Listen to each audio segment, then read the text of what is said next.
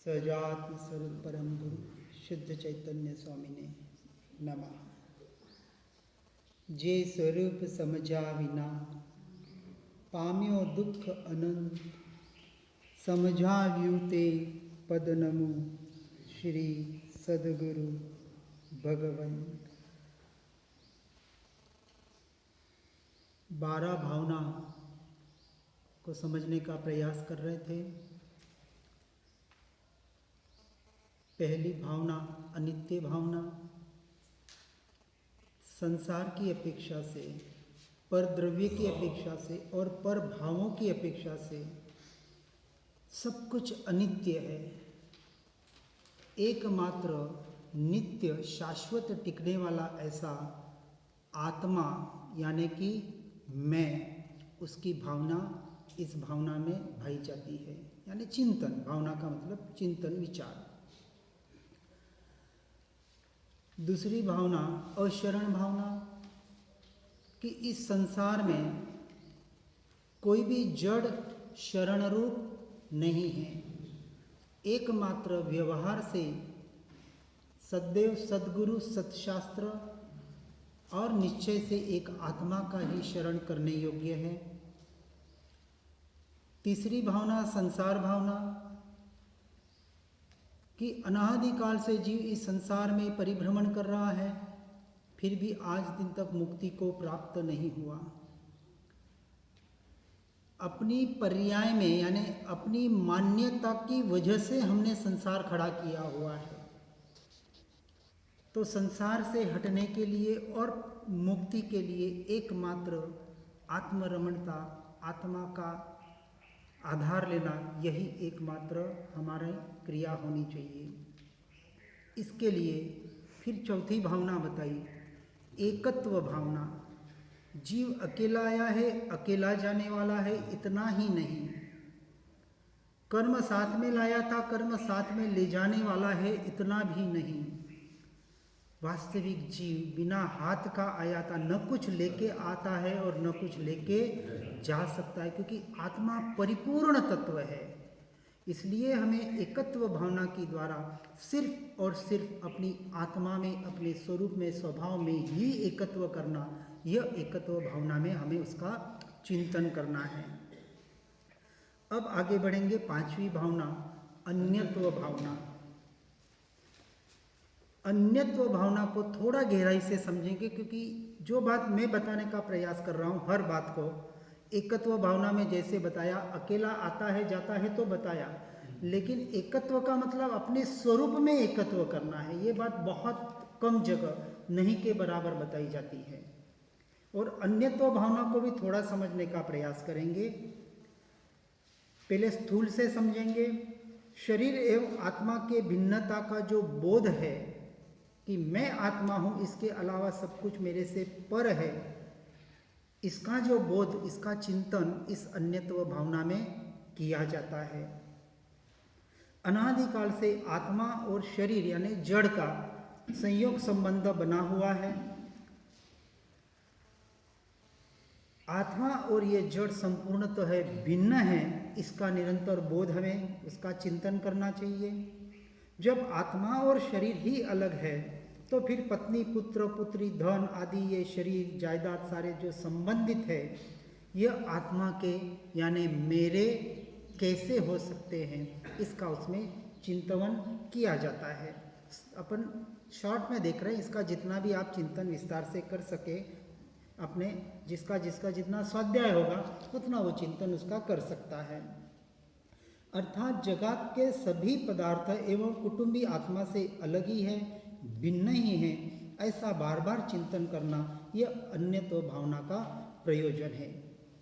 एकत्व और अन्यत्व भावना में अंतर इतना है कि एकत्व आस्ति से, अपने स्वरूप के दृष्टि से बताया गया, और अन्यत्व भावना नास्ति से, पर रूप के द्वारा बताया गया।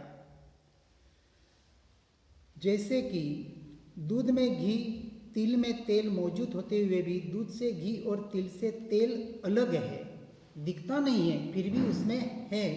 उसी तरह शरीर को देखते वक्त आत्मा दिखता नहीं है, फिर भी उसमें है, ऐसा उसका चिंतन किया जाता है। फिर दोनों पृथक पृथक है उसका चिंतन किया जाता है। ये बाहर जो भी जड़ का परिणमन है, शरीर, कुटुंब या संसार जो कुछ भी है, यह आत्मा से संपूर्णतः भिन्न है, इसका वहाँ चिंतन किया जाता है। शरीर अनित्य है, नाशवान है, आयु पूर्ण होते ही नष्ट हो जाता है तथा उसके पहले भी अनेक प्रकार से जीर्ण शीर्ण होता रहता है। जैसे बचपन से जवानी आई, बुढ़ापा आया, बुढ़ापा में आँख दिखना कम हुआ, सुनना कम हुआ, ये परिणमन सारे शरीर में होते रहते हैं। इस प्रकार से मैं आत्मा नित्य हूँ, अनादि अनंत, कभी नष्ट नहीं होता, वह जीर्ण शीर्ण नहीं होता। इस प्रकार से उसका चिंतन इस भावना में किया जाता है। प्रत्येक जीव शरीर आदि जगत के समस्त पदार्थ भिन्न भिन्न ही है। वे सभी अपना अपना कार्य अपने अपने तरीके से कर रहे हैं। जीव दूसरे पदार्थ का कुछ नहीं कर सकता और दूसरा पर द्रव्य पर पदार्थ आत्मा का यानी जीव का कुछ नहीं कर सकता। जीव के विकारी भाव भी जीव के त्रिकालिक सिद्ध स्वभाव से भिन्न हैं, क्योंकि वे जीव से अलग ही हैं। अब इस बात को थोड़ा समझने का प्रयास करेंगे कि जो भी जड़ द्रव्य है वो तो सब आत्मा से भिन्न ही है, ये तो स्पष्ट नज़र में आता है। परंतु जो जीव है वो भी इस मुझ आत्मा से सारे भिन्न ही हैं। ये हुई भिन्नता की बात। वास्तविक अन्य किसको कहा? जो आत्मा के साथ जुड़ा हुआ है फिर भी आत्मा से अन्य है। अब उसमें हम लेंगे कि ये शरीर, सबसे पहले कि शरीर जिसको हम कहते हैं कि जहाँ जहाँ शरीर के परमाणु हैं वहाँ वहाँ आत्मा के प्रदेश, आत्मा के परमाणु रहे हुए हैं। क्योंकि आत्मा जहाँ जहाँ अनुभव कर रहा है, जहाँ जहाँ उसकी ज्ञान चेतना फैली हुई है, उस ज्ञान चेतना के द्वारा वो अनुभव करता है। यानी हम जैसे देखते हैं कि बाल ऊपर के और जो नाखून बढ़ते हैं वहाँ आत्मा के प्रदेश नहीं रहते, क्योंकि बाल काटते हैं तो दर्द नहीं होता है, नाखून काटते हैं तो दर्द नहीं होता है, लेकिन जो नाखून चमड़ी से जुड़ा हुआ है वो कटे तो दर्द होता है। तो जहाँ जहाँ स्पर्श है वहाँ वहाँ आत्मा के परमाणु रहे हुए हैं जो उस ज्ञान का, उसका अनुभव करते हैं और उसमें जीव उसे, उस दर्द को, उस वेदना को, उस वेदन को अपनी मान के अज्ञानतावश कर्म का बंध करता है। तो अब ऐसे जब जब परिणमन हो तब ऐसा चिंतन, ऐसा विचार हमें आना चाहिए। अब ये जो प्रयोग होगा भावना के द्वारा, इसको हमें अपने जीवन में प्रैक्टिकली करना है। अब इस बात को मेरा जोर हर जगह प्रैक्टिकल पे होगा, क्योंकि हम प्रयोग नहीं करते हैं। जो सुने, जितना समझ में आए उतना आप अपने जीवन में प्रयोगों के द्वारा करें। यानी चलते फिरते खाते जब भी दर्द हुआ फट से वहाँ जागृति आनी चाहिए। ये दर्द हुआ, ये लगा, किसको लगा? शरीर को लगा, मुझे नहीं लगा। उस वक्त आत्मा याद आना चाहिए। इतना भी एक बार याद आ जाए ना, फिर आगे की बात चलो ज्ञान जानने में आ रहा है, वो आगे की बात नहीं भी आए, पर ये मुझे नहीं लगा। खून आया, मुझे नहीं आया। कुछ कटा, कुछ काटा घुसा, मुझ में नहीं घुसा। कभी डॉक्टर के पास जाते हैं, डॉक्टर सुई इंजेक्शन लगाता है, उस वक्त याद आना चाहिए सुई घुसी, कहाँ घुसी? कहाँ घुसी? कहीं नहीं घुसी। नहीं, बात समझना, इस बात को बहुत सूक्ष्मता से समझना, क्योंकि हम आत्मार्थी है, हमारा विचार कैसे होना चाहिए। सुई शरीर में घुसी, फिर भी क्या सुई शरीर में घुसी? शब्द समझना बराबर। शरीर में घुसी, पर शरीर में घुसी, क्या सुई शरीर रूप हो गई? नहीं, सुई में है, शरीर शरीर में है। जब वो सुई शरीर में नहीं घुस सकती तो मुझ में कहाँ घुसी? बराबर समझना, ये तत्व की बात है, बहुत गहरा तत्व है ये। व्यवहार से हम कहते हैं तो सुई शरीर में नहीं तो कहाँ गई? चलो मुझ में नहीं गई पर शरीर में तो गई। अब तत्व कहता है कि जब वो एक पुद्गल दूसरे पुद्गल में नहीं जा सकता तो ये एक पुद्गल रूपी द्रव्य दूसरे द्रव्य में कैसे जा सकता है? तो इस शरीर का जो ये अन्यत्व भावना को खास सूक्ष्मता से समझना है कि इतना अन्य है ये। एक क्षेत्रावगाह होते हुए भी मुझसे अन्य है। अब यहाँ भिन्न नहीं आएगा, शरीर से जो पर है वो सब भिन्न है क्योंकि टोटल अलग है, लेकिन आत्मा तो शरीर के साथ है, अभी एक क्षेत्र में रह रहा है।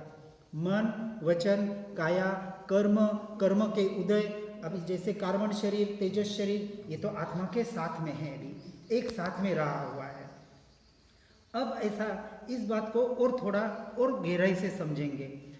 जैसे हम कहते हैं कि आत्मा है इसलिए शरीर का अनुभव होता है, या शरीर का हलन चलन होता है, या हम इंद्रियों से जानते हैं। क्या ये बात सत्य है? बहुत गहरा प्रश्न है, पूरा तत्व है इसमें।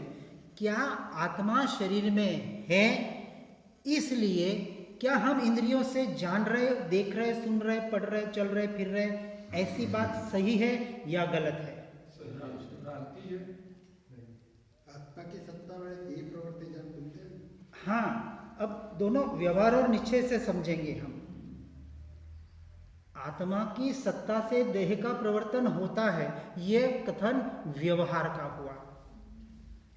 आत्मा की सत्ता के साथ दो सत्ता रही हुई है, तो एक अपेक्षा से जो आपने कहा वास्तविक हमारी भ्रांति है, क्योंकि शरीर जड़ है, शरीर का परिणमन जड़ का परिणमन है। तो ये जो परिणमन हो रहा है एक रोबोट होता है, रोबोट मशीन आदमी जैसा ही पूरा काम करता है। आपने सुना होगा, पढ़ा होगा, कभी देखा होगा, चलता है, फिरता है, सब कुछ काम करता है, आपको जो चाहिए वो चीज़ लाके देता है, आपके अनुसार आपका घर का काम करता है। ऐसे रोबोट भी आज फॉरेन में हैं, भले वो करोड़ों के आते हैं, इसलिए बहुत बड़े लोगों के पास होते हैं और जिनको बड़े बड़े काम करने होते हैं। तो ऐसे रोबोट में जो उनका सारा डाटा फीड कर दिया जाता है उसके अनुसार वो काम करते हैं। अब वहाँ वो काम किससे कर रहे हैं? उसमें जो डाटा फीड किया है उसकी वजह से। आज हमारा मोबाइल काम करता है तो उसमें जो डाटा होता है उसके अनुसार वो काम करता है। तो इस शरीर में भी एक डाटा फीड किया हुआ है जिसको हम कर्म कहते हैं। जो पूर्व में जो हमने कर्म बांधे थे, जो प्रारब्ध में सत्ता में पड़े हुए हैं, और जैसे जैसे वो कर्म के परमाणु उनका कार्य करते हैं वैसे उसकी वो तरंगे वाइब्रेशन, हाँ, स्फुरण होता है, उसको तरंगे कहें, वाइब्रेशंस कहें, जो भी कहें, और उसकी स्फुरना से वो काम करते हैं। कर्म बांधे जीव ने, इस अपेक्षा से जीव की स्फुरना कहा गया। अभी जो काम कर रहा है वो वहाँ जीव कुछ भी काम नहीं कर रहा है। इस अपेक्षा से कर्म भी आत्मा से संपूर्णतः अन्य है। तो फिर शरीर, जब आत्मा शरीर से चला जाता है तो ये कार्य क्यों नहीं करता है? देंगे कोई जवाब? आत्मा चला जाता है, जब कहा कि आत्मा से शरीर का कार्य नहीं हो रहा, तो शरीर से आत्मा निकल गया तो शरीर कार्य क्यों नहीं करता है? हाँ, नहीं, हाँ हाँ, क्या गया? कर्म साथ में चले गए, क्योंकि जब ये जीव यहाँ से जाता है तो कार्बन शरीर और तेजस शरीर भी जब तक पूर्ण मुक्ति नहीं मिलती है तब तक वो साथ में चलता है। तो जहाँ गया कर्म के हिसाब से गया, और जहाँ आगे का क्रिया होगी उसके कर्म के हिसाब से होगी। तो जीव अनादि काल से कर्म की वजह से भटक रहा है। इस बात को थोड़ा गहराई से इसलिए समझना है कि हमको मैं और मेरापना जहाँ हमने स्थापित कर रखा है उसको जड़ मूल से साफ करना है। अज्ञानता को थोड़ा भी नहीं रखना है। ये जड़ मूल से जब अज्ञानता जाएगी ना, तब जाके हमें वो आत्मानुभूति रूप सम्यक दर्शन प्रकट होता है। इसलिए मैं आत्मज्ञान और सम्यक दर्शन में थोड़ा भेद करता हूँ। आत्मज्ञान क्या है? आत्मा का ज्ञान होना, शरीर भिन्न है, आत्मा भिन्न है, मैं ज्ञाता दृष्टा हूँ, मैं शरीर आदि कार्य का कर्ता भोक्ता नहीं हूँ, यहाँ तक पहुँचना आत्मज्ञान है। परंतु मैं पर का भी ज्ञाता दृष्टा नहीं हूँ, मैं निरंतर स्वयं से स्वयं को ही जानता हूँ। पर को जानते वक्त भी मैं अपने ज्ञान स्वभाव का ही ज्ञाता दृष्टा हूँ। ये बात जो बताई जाती है इसको हम सम्यक दर्शन कहते हैं, वास्तविक। इसलिए जो जड़ मूल से मैंने बताया ना, मैं सूक्ष्म बात बताने का प्रयास करूंगा, क्योंकि जड़ बातें तो हम बहुत सुनते हैं, पढ़ते हैं। तो इस सूक्ष्म बात से समझना है कि अन्य उसे कहा कि जो जीव से संबंधित है, जैसे कार्बन शरीर है, तेजस शरीर है, ये जो हमारा औदारिक शरीर मिला है, जो परमाणु अभी शरीर मिले हैं, मन वचन काया, ये सारे जो परिणमन है ये आत्मा से अभी जुड़े हुए हैं एक अपेक्षा से, क्योंकि कथनचित अपेक्षा एकांतिक कहीं कोई बात नहीं आती है। हर बात में स्याद्वाद के अपेक्षा से कथन किया जाता है।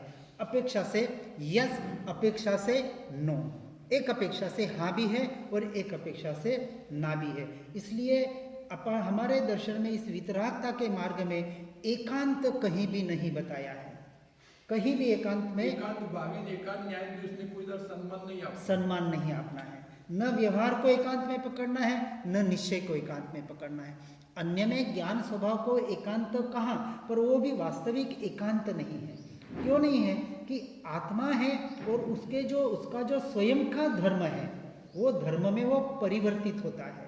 जैसे उसके अनंत गुण हैं, उस अनंत गुण की जो पर्याय यानी जो अवस्थाएं हैं, उस अवस्था रूप वो भाव रूप परिवर्तित होता है। इस अपेक्षा से उसको अपना स्वरूप, अपना अस्तित्व, अपना जो कुछ भी उसका परिणमन है, वो उसका सारा उसके द्रव्य में स्वतंत्र से हो रहा है। इसलिए अन्य के परिणमन से, अन्य के पदार्थ से मैं बिल्कुल अन्य हूँ, वो मेरे भिन्न है और अन्य है। इस दो शब्दों को अब यहाँ हमने समझने का प्रयास किया। इस प्रकार का चिंतन इस भावना में होता है।